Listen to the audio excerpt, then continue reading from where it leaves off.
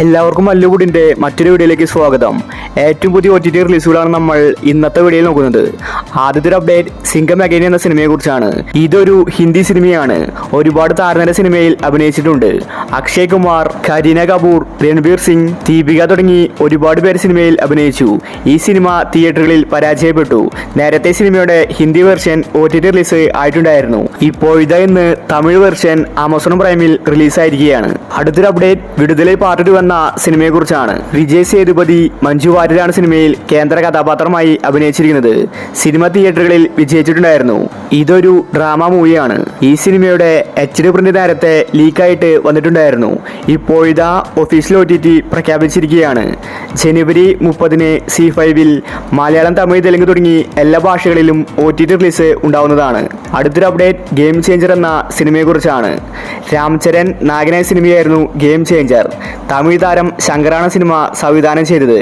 തിയേറ്ററുകളിൽ ദുരന്തമായ സിനിമയായിരുന്നു game changer. ഇപ്പോഴിതാ ഈ സിനിമയുടെ OTT പ്രഖ്യാപിച്ചിരിക്കുകയാണ്. ആമസോൺ പ്രൈമാണ് ഗെയിം ചേഞ്ചർ എന്ന സിനിമയുടെ OTT വാങ്ങിച്ചിരിക്കുന്നത്. ഫെബ്രുവരി മാസമാണ് സിനിമയുടെ റിലീസ്. അടുത്തൊരു അപ്ഡേറ്റ് ഐഡന്റിറ്റി എന്ന സിനിമയെക്കുറിച്ചാണ്. ടോവിനോ തോമസ്, തൃഷ ഇവരാണ് സിനിമയിൽ കേന്ദ്ര കഥാപാത്രമായി അഭിനയിച്ചിരിക്കുന്നത്. ഇതൊരു ത്രില്ലർ സിനിമയാണ്. സിനിമ തിയേറ്ററുകളിൽ പരാജയപ്പെട്ടു. 2025-ലെ ആദ്യത്തെ മലയാള സിനിമയായിരുന്നു ഐഡന്റിറ്റി.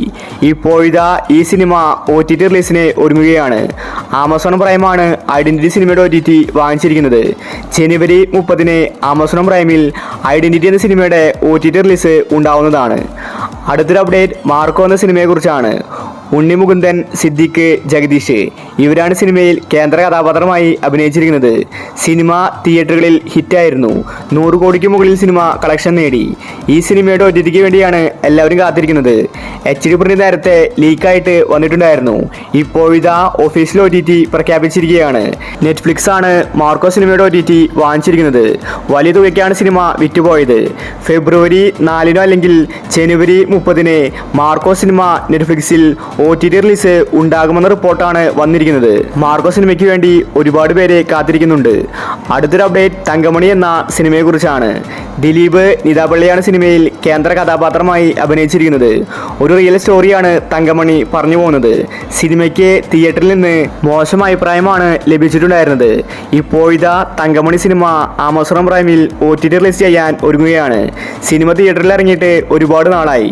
ഇതുവരെ OTT വന്നിട്ടുണ്ടായിരുന്നില്ല. ഫെബ്രുവരി ആദ്യ വാരമായിട്ട് തങ്കമണി എന്ന സിനിമ ആമസോൺ പ്രൈമിൽ OTT റിലീസ് ചെയ്യും. അടുത്തൊരു അപ്ഡേറ്റ് ഹണ്ട് എന്ന സിനിമയെക്കുറിച്ചാണ്. ഭാവന നായിക സിനിമയായിരുന്നു ഹണ്ട്. തിയേറ്ററുകളിൽ വിജയിച്ചൊരു സിനിമയായിരുന്നു ഹണ്ട്.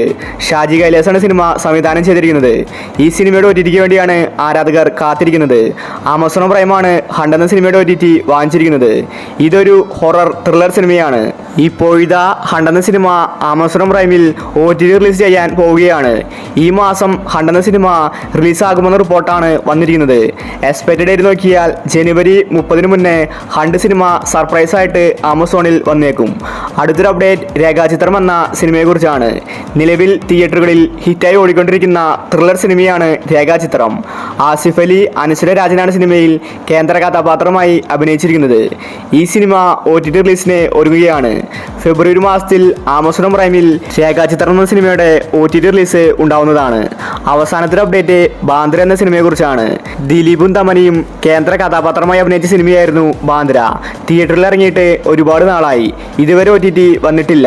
ആമസോണാണ് ബാന്ദ്ര സിനിമയുടെ OTT വാങ്ങിച്ചിരിക്കുന്നത്. കമ്മിങ് സൂൺ എന്ന പോസ്റ്റർ വന്നിട്ട് ഒരു മാസമായി.